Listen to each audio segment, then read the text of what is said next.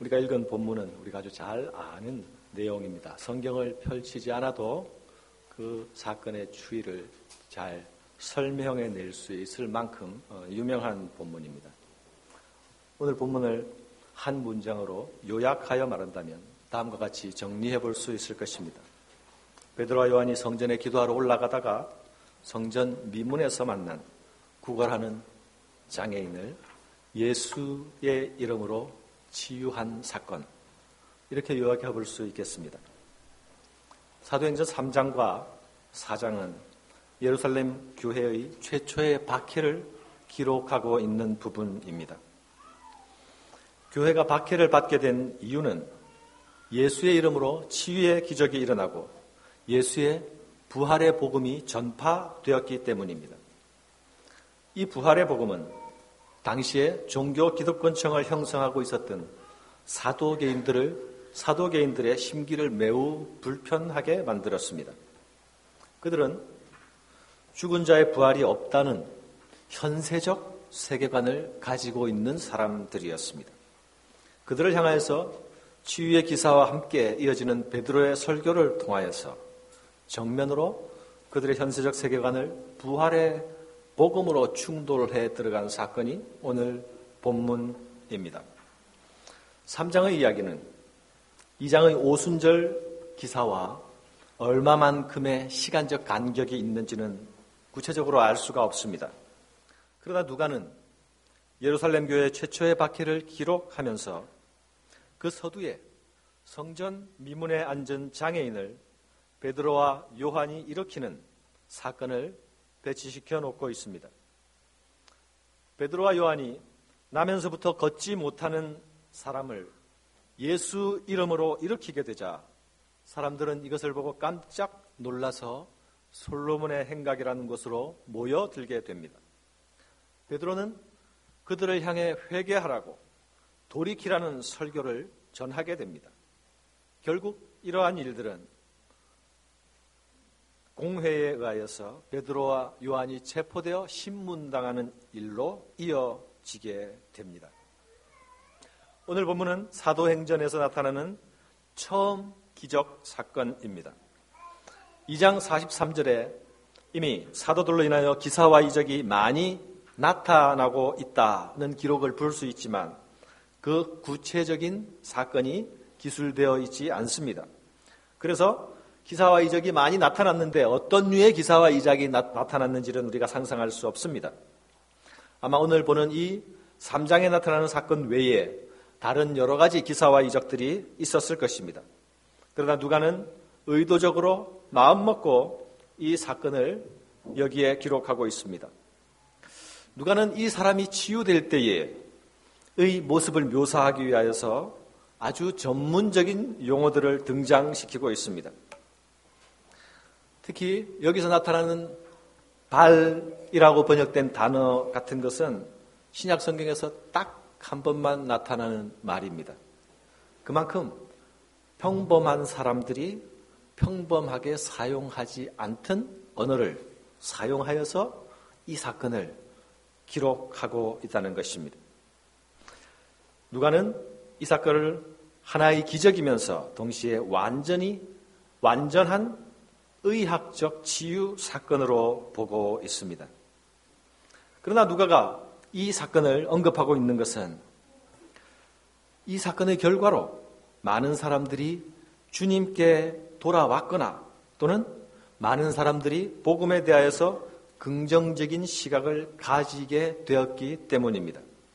이 치유의 기성 때문에 기록된 것이 아니라 이 치유의 결과로 인하여서 나타나는 하나님 나라의 전진의 성격 때문에 이 치유가 이 자리에서 기록되고 있다는 것입니다. 사랑하는 여러분, 예수의 이름은 치유의 이름입니다. 교회는 이 예수의 이름을 자랑하고 선포하는 곳 아닙니까? 오늘 이 치유를 받은 자는 어떤 사람이었습니까? 그는 먼저 신체적으로 불구자였습니다. 요즘 말로 하면 장애인 되겠습니다. 그는 나면서부터 걷지 못하던 사람이었습니다. 선천성 장애인이었습니다. 이제까지 한 번도 자신의 힘으로는 스스로 움직이지 못하던 사람이었습니다. 그는 어딘가를 향해서 움직이려면 반드시 다른 이의 도움을 받아야만 가능한 사람이었습니다. 이날도 다른 날과 마찬가지로 다른 사람들이 그를 성전 문까지 메고 와서 성전 문에 두었다고 기록하고 있습니다. 이 사람은 육체적으로 전혀 생산적인 활동을 할 수 없는 행위 무능력자였습니다. 이 사람의 사회적 신분은 역시 비천한 자였습니다. 아무도 그를 주목해 보아주지 않는 사람입니다. 그는 언제나 관심의 대상에서 제외되어 있고 성전에 들어가는 길가에 한 그림의 한 빈 부분을 채우는 소리에 불과했습니다. 그의 직업은 굳이 말하자면 거지입니다. 하루하루 남의 적선에 의지하여서 자신의 삶을 연명해가는 사람이었습니다. 거지는 내일의 꿈을 가지고 있지 않습니다. 그냥 오늘 연명할 양식만 얻게 되면 그것으로 감사한 존재들입니다. 그 끼니마저 다른 사람의 도움을 받아야만 채울 수 있는 것이 거지라는 존재입니다. 그런데 이 사람은 날마다 미문이라는 성전 문에서 구걸하였습니다. 말하자면 그곳이 그의 일터였습니다. 그는 아마도 그곳에서 성전을 출입하는 사람들을 향해서 가능한 불쌍한 모습을 보이면서 한 푼만 주세요, 자비를 베풀어 주십시오 라고 외치며 그의 하루를 보내었을 것입니다. 오늘이라는 시간이 지나가면 내일도 동일한 모습으로, 동일한 외침으로, 그리고 그 다음 날도 그렇게, 또 그 다음 날도 그렇게 그의 일생을 보내게 될 것입니다. 당시에 솔로몬의 성전에는 예루살렘의 성전에는 10개의 문이 있었다고 합니다. 그 중에 10개의 문 중에서 가장 아름다운 문이 이 바로 거린이 자리하고 있던 미문이라는 것입니다. 이 문은 은과 금으로 장식되어 있어서 예루살렘 언덕에 찬란한 태양이 비치게 되면 그 은과 금이 빛을 발하는 그런 문이었습니다. 아마도 이 문은 성전의 이방인의 뜰에서 여인의 뜰로 들어가는 동쪽에 위치하였을 것으로 생각됩니다. 그런데 미문에 앉은 거린이라는 이 말이 보여주는 그림은 굉장히 비참하고 슬픈 그림입니다.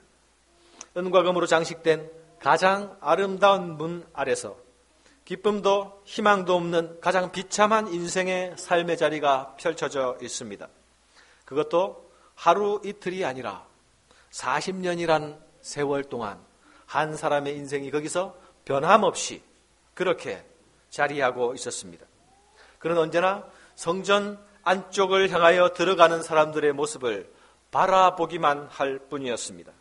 정작 그 자신은 그 성전을 한 번도 들어가 보지 못했을 것입니다.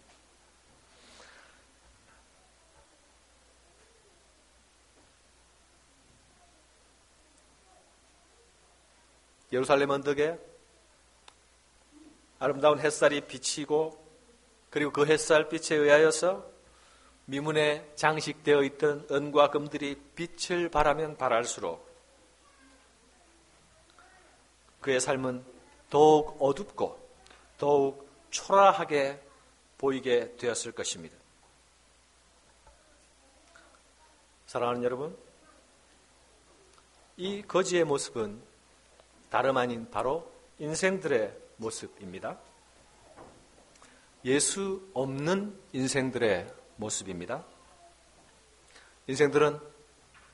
인간이란 존재들은 나면서부터 절름발이요, 불구자요, 안전뱅이입니다. 그들은 절대로 스스로는 하나님 앞으로 걸어 나갈 수 없는 자들입니다. 부질없는 화려함을 배경으로 가진 것을 오로지 자랑거리로 여기며 살아가지만 정작 그 자신 안에는 빛을 발할 수 있는 어떤 것도 가지지 못한 그것이 인생이란 존재입니다. 스스로의 힘으로는 절대로 생명 대신 하나님 앞으로 나아갈 수 없는 행위 무능력자. 이것이 인생 아닙니까? 아마도 이 거린이 자랑하는 것이 하나 있었다면 나는 가장 아름다운 문 앞에서 구걸하고 있어요 일 것입니다. 내 일자리는 가장 아름다운 곳이야. 그거 아니었을까요? 그러나 그의 위치는 슬프게도 언제나 성전 문 밖에 있었다는 사실입니다. 그리고 그의 시선은 언제나 성전으로 들어가는 사람들만 쳐다보고 있었을 뿐이라는 사실입니다. 그는 언제나 성전 앞에 있었지만 한 번도 성전에 들어가 본 적이 없고 지금까지 언제나 성전과 분리되어 있었던 사람, 그것이 이 미문 앞에 앉은 자의 모습입니다. 베드로와 요한이 이 사람과 마주친 것은 기도 시간에 성전에 올라갈 때라고 기록하고 있습니다. 누가는 복음서를 기록할 때에도 예수님의 기적을 기도의 일과 밀접하게 연결하여 서술을 하였습니다. 복음서의 속편에 해당하는 사도행전에서도 마찬가지로 누가는 기도와 기적을 연결시켜 기록하기를 즐겨하고 있습니다. 이것은 이 기적이, 오늘의 기적이 기도의 결과로서 나타나는 것은 아니지만 기도하러 가는 마음과 기도하러 가는 태도와 기도하러 가는 그 자세만으로도 하나님께서 필요에 따라서 기적을 행하게 하신다는 것을 상상할 수 있게 만듭니다. 여러분 기도의 경험 가운데서 기도를 깊이 하고 나올 때에, 기도하고 나오게 될 때에 내가 들어가기 전의 세상과 나오기 전의 세상이 달라진 것이 아무것도 없는데 내 눈에 완전히 다른 것으로 보이는 것을 경험하신 분들이 있을 것입니다. 그러나 그것은 비단 기도하고 나왔을 때만의 모습이 아니라 성령 충만한 자들이 충만한 주의 영의 인도에 의하여서 기도의 자리에 들어갈 때에도 가능한 일이 아니겠는가라는 생각을 가능케 하는 부분이 오늘 이 부분입니다. 당시의 유대인들은 오전 9시와 그리고 오후 3시에 각각 제사장들이 성전 안에서 희생 제사를 드렸습니다. 이때에 이 희생 제사를 드릴 때에 유대인들은 성전 뜰에 모여서 희생 제물에 타오르는 연기를 함께 바라보며 기도하였습니다. 사도들은 아마도 이 시간에 같이 모이기는 했지만 성전의 뜰 다른 곳에서 예수 이름으로 모인 사람들과 함께 다른 기도회를 가졌을 것으로 여겨집니다. 당연히 이 베드로와 요한은 성전 미문에 앉은 그린을 마주치게 되는 것도 오늘이 처음의 일이 아니었을 것입니다. 그러나 오늘 기도 시간에 성전을 올라가고 있는 베드로 요한은 옛날에 그들이 아니었습니다. 그들은 오순절 성령 강림으로 말미암아 그들의 지각과 그들의 인식이, 그들의 전 인격이 새롭게 세례를 받게 되었습니다. 그리고 사도들을 통해서 나타나는 기사와 이적은 부활하신 그리스도께서 주와 그리스도가 되어 그들을 통해 능력을 부어주심으로써 여전히 일하고 계신다는 확신을 그들 가운데 심어주었습니다. 이제 그들의 시야는 완전히 새로워졌습니다. 그들의 세상을 보는 눈이 새로워졌습니다. 예수 그리스도의 눈으로, 하나님의 눈으로 세상을 바라보는 사람들이 되었습니다. 성전 미문에는 이전에도 항상 그 거린이 앉아 있었습니다. 이전까지 그들은 그 거린을 향해 할 수 있는 일이 고작 동전 한 입 던져주는 것이 그들의 최선이었을 것입니다. 오늘도 이전처럼 그렇게 동전 한 입을 던져주며 그곳을 지나칠 수도 있었을 것입니다. 그러나 이제는 달라졌습니다. 그들의 자기 인식이 달라지고 그들이 사람을 보는 눈이 달라지고 무엇보다도 그들과 함께 부활하신 그리스도께서 높아지신 그리스도께서 그들을 통해 일하시기 원하신다는 사실을 그들은 알고 있었습니다. 그들은 이제 이 그리스도 예수의 영에 사로잡혀서 주님의 눈으로 사람들을 바라보게 됩니다. 베드로와 요한은 성전에 들어가는 자신들에게 구걸하는 자를 주목하여 바라봅니다. 그리고 우리를 보라라고 말합니다. 아마도 이때의 베드로와 요한의 눈빛은 그를 주목하여 바라보던 그들의 눈빛은 주님께서 이 땅에서 병들고 고통받는 자들을 바라보실 때에 보이셨던 바로 그 눈빛이었을 것입니다. 죄와 고통으로 신음하는 인생들을 바라보시는 주님의 긍휼히 여기시는 눈빛, 긍휼히 여기시는 주님의 마음, 그것이 베드로와 요한을 통하여서 성전의 미문에 앉은 자에게 나타나고 있는 것입니다. 사랑하는 여러분, 교회는 바로 이 주님의 마음을 품고 세상을 향하여서 주님의 눈빛을 반영해 내는 곳이어야 합니다. 주님께서 부활하시고 높이 오르셔서 우리에게 능력을 부어 주시기를 원하신다고 한다면 그것은 주님의 마음으로 이 땅과 사람들을 바라보고 이 땅을 고치고 섬기게 하기 위하여 그렇게 하신다는 것을 기억해야 합니다. 베드로와 요한은 자신들이 할 수 있는 일이 더 이상 고작 동전 한 입 던져주는 일이 되어서는 안 된다고 생각했습니다. 물론 그리하고 지나가여도 거리는 만족하였을 것입니다. 고맙다고 인사하였을 것입니다. 거린이 기대한 것은 단지 동전 한 입 이상이 아니었기 때문이죠. 그러나 제자들은 동전 한 입으로 도무지 해결할 수 없는 그 거린의 존재의 슬픔과 고통의 문제를 바라보았습니다. 거린 자신도 이제는 까마득하게 잊어버린 자신의 진정한 필요를 보며 아파하는 고통이 베드로와 요한에게는 있었습니다.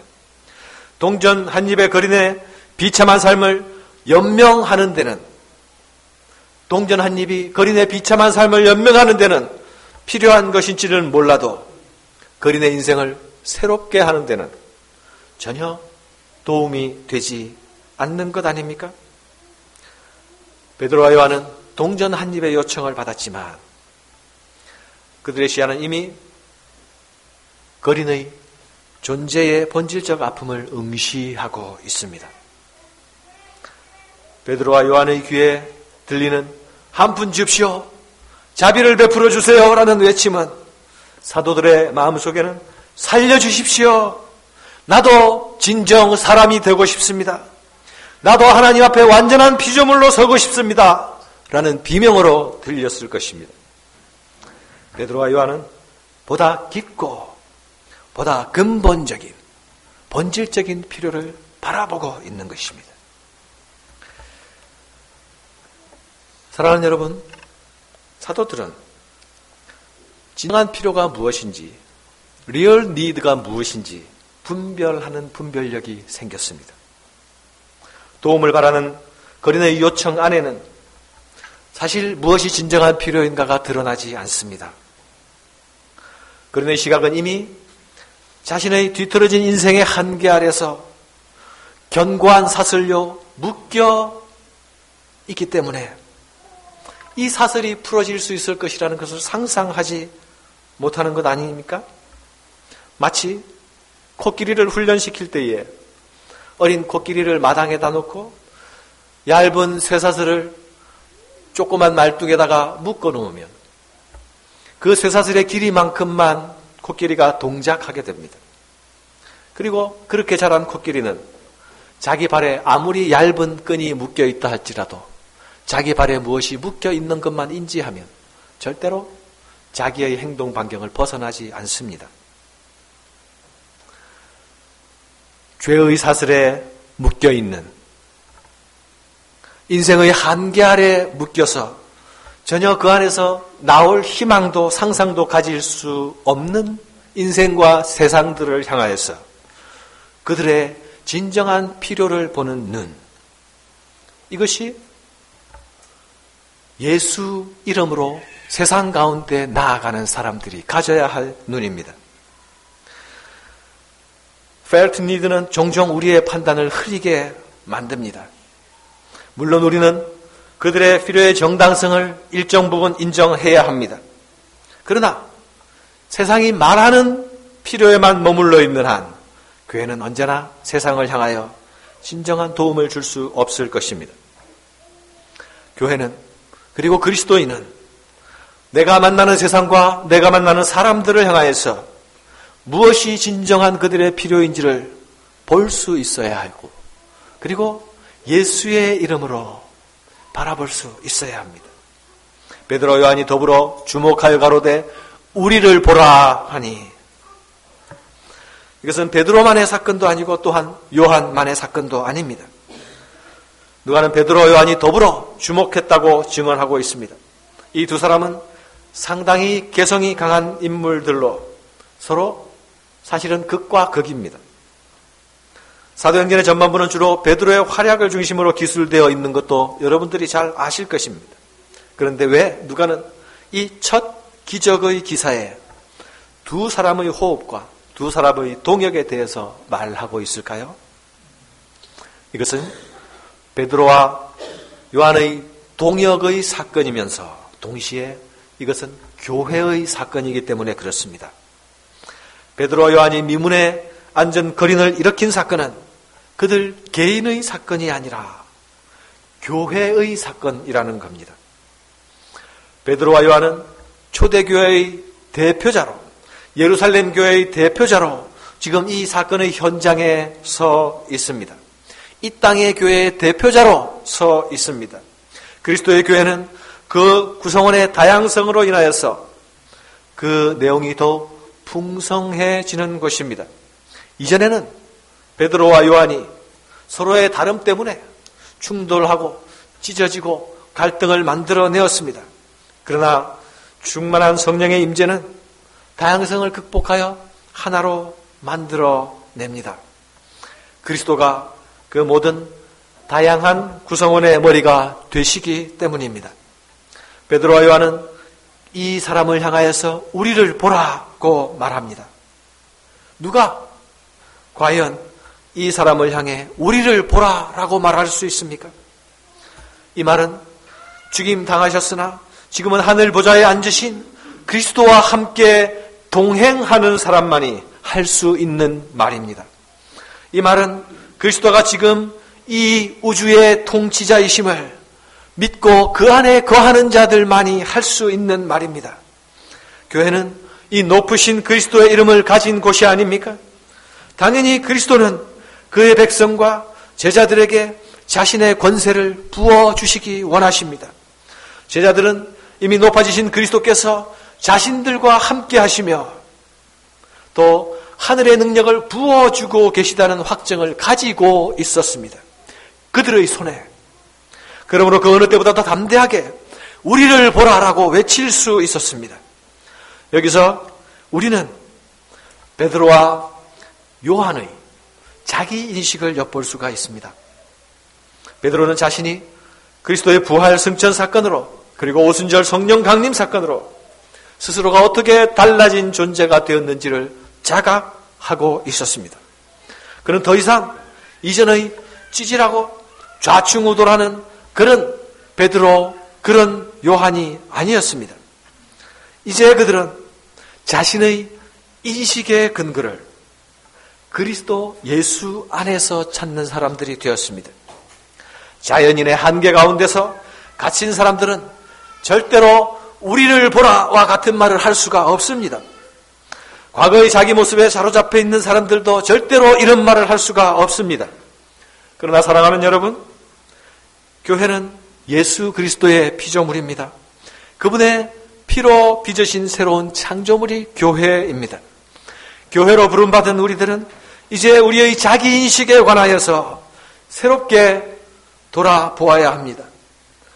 우리의 과거에 얽매이지 말아야 합니다. 우리가 가진 것에 얽매이지 말아야 합니다. 나의 한계 속에 얽매여 있지 말아야 합니다. 우리를 부르신 그분으로 인하여서 그리스도 그분께 모든 능력과 모든 풍성이 그분 안에 있으니 우리는 그분의 풍요와 그분의 능력 안에 거함으로 확신 가운데 예수 그 이름의 선포자가 되어야 합니다. 베드로와 요한이 우리를 보라고 말하자 구걸하는 자는 혹 무엇을 얻을 수 있을까 하고 그들을 바라보았습니다. 그러나 슬프게도 그들에게서 나온 말은 은과 금은 내게 없다는 말이었습니다. 아마도 사도들의 수중에 그린에게 던져줄 동전 한 푼점은 있었을 것이라 여겨집니다. 또한 그린이 바라는 것은 은전이나 금전 같은 굉장한 것이 아니었을 것입니다. 베드로가 은과 금이 내게 없다고 말을 할 때 아마도 그린은 자기 앞에서 빛나고 있는 은빛, 금빛을 반짝반짝 빛내고 있는 그 미문을 생각하였을지도 모릅니다. 베드로는 은과 금은 내게 없다고 그 앞에 이야기하고 있습니다. 이것은 결코 부끄러운 이야기가 아닙니다. 교회는 돈을 축적하고 있는, 은과 금을 축적하고 있는 곳이 아니기 때문입니다. 사실 그들에게 주머니가 빈털터리가 아니었지만 그럼에도 불구하고 은과 금은 내게 없다고 말하고 있는 것은 그들이 교회가 무엇인지를 말하기 위함입니다. 그리스도가 무엇을 위해 이 땅에 오셨는가를 선포하기 위함입니다. 은과 금을 바라보는 관심과 그 반짝임과 그 찬란함을 바라보는 관심을 넘어 예수 그리스도에게로 관심을 돌리기 위함입니다. 이 거리는 은과 금으로 치장되어진 화려하고 아름다운 문 앞에서 평생을 보냈습니다. 그러나 그 은과 금의 찬란한 빛깔이 그에게 가져다 주는 것은 삶에 대한 더욱 지독한 갈증뿐이었습니다. 그는 평생을 성전 문 앞에 앉아 있었지만 유대교의 성전이 그에게 해줄 수 있는 것은 아무것도 없었습니다. 그는 평생을 하루 종일 성전 문 앞에 드나드는 종교인들을 바라보면서 그들을 향하여 자비를 구하는 일을 했지만 그들에게 새로운 삶을 주는 일은 아무도 할 수가 없었습니다. 오로지 값싼 동정들만이 지금까지의 그의 생명을 연장시켜주고 있었을 뿐입니다.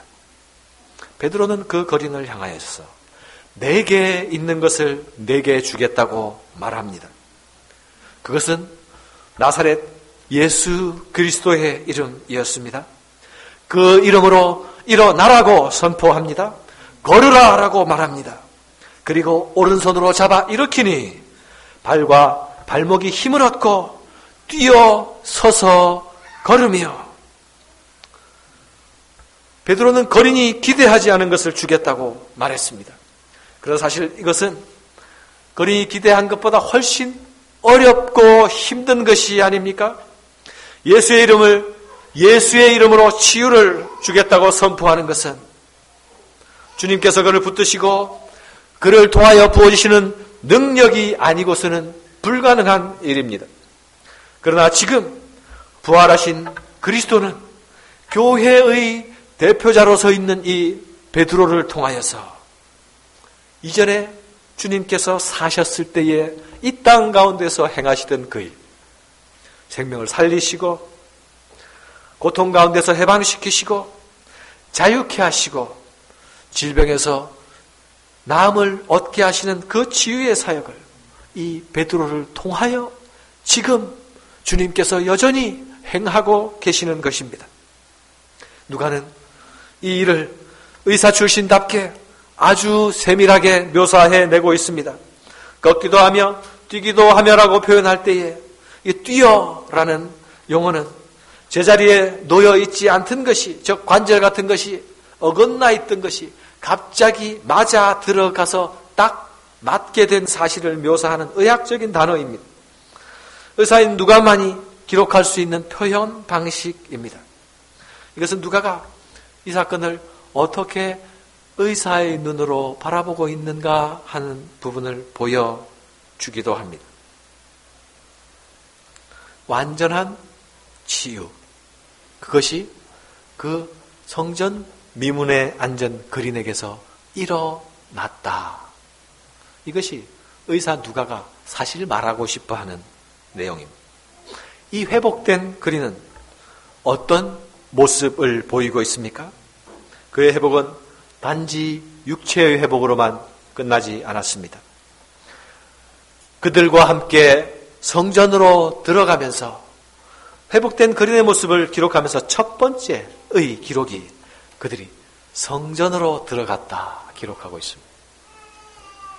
평생을 성전으로 들어가는 사람만 바라볼 수밖에 없었던 그가 이제 완전한 자가 되어서 성전으로 들어가고 있습니다. 그는 완전하여진 몸으로 걷기도 하고 뛰기도 합니다. 그런데요, 그의 심령이, 이제 그의 영혼이 하나님에 대한 찬송으로 가득해졌습니다. 하나님을 찬송하니 은과 금이 결코 할 수 없는 것을 예수의 이름이 가능케 하였습니다. 은과 금이 그를 성전 안으로 들어가게 만들지 못했습니다. 할 수도 없습니다. 은과 금이 그를 걷기도 하며 뛰기도 할 수 없습니다. 은과 금이 그로 하여금 찬양하는 영혼으로 바꾸어 놓을 수도 없습니다. 그러나 나사렛 예수의 이름이 그에게 선포되자 그는 이 모든 일이 가능하게 되었습니다.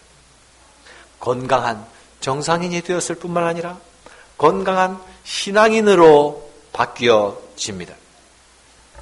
예수의 이름이 그를 예배자로 만들고 예수의 이름이 그를 찬양하는 존재로 만들어 버렸습니다. 사랑하는 여러분, 교회가 무엇입니까? 예수의 이름을 가진 곳이 교회가 아닙니까?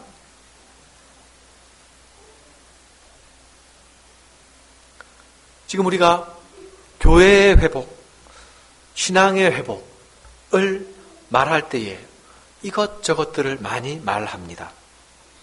그러나 무엇보다도 중요하게, 무엇보다도 1차적으로 우리에게 회복되어야 할 것은 이 나사렛 예수 그리스도의 이름이 아닙니까? 우리는 우리 수중에 단지 은과 금이 없다는 것을 인하여 부끄러워하고 기죽을 이유가 없습니다. 아니, 그것을 가졌다는 것으로 인하여 자랑할 이유도 없습니다. 언제나 교회는 그것이 없어서가 아니라 그것을 가질 때에 더 큰 문제를 일으켜 왔다는 것이 교회사가 우리에게 보여주는 증거들입니다. 콘스탄틴 황제 이후의 기독교는 힘을 가지기 시작했습니다. 돈을 가지기 시작했습니다. 그 이후의 기독교는 핍박과 박해 속에서 지하로 숨어있던 기독교가 가지고 있던 순결의 전통을 잃어버렸습니다. 타락하고 또 타락해 갔습니다. 급기야는 소위 이 중세의 시기를 암흑의 시기라고 부를 수밖에 없는 상태로 떨어지게 되었습니다. 중세의 신학자 토마스 아퀴나스가 교황 이노센트 2세를 방문했을 때의 일입니다. 마침 교황을 방문했을 때에 그때 교황이 한 움큼의 돈을 세고 있었습니다. 그러면서 토마스 아퀴나스에게 말하기를, 토마스, 이제 더 이상 교회는 은과 금이 없다고 말할 수 없게 됐네. 이 말을 듣자 토마스 아퀴나스는 이렇게 말합니다. 예, 맞습니다. 그리고 교회는 이제 더 이상 일어나 걸어라 라고 말할 수도 없게 되었습니다. 사랑하는 여러분, 여러분이 그리스도인으로 가장 소중하게 지키고 붙들고 추구하고 있는 그것이 무엇입니까? 그것이 은과 금에 속한 어떤 것입니까? 반짝이고 화려한 어떤 것입니까?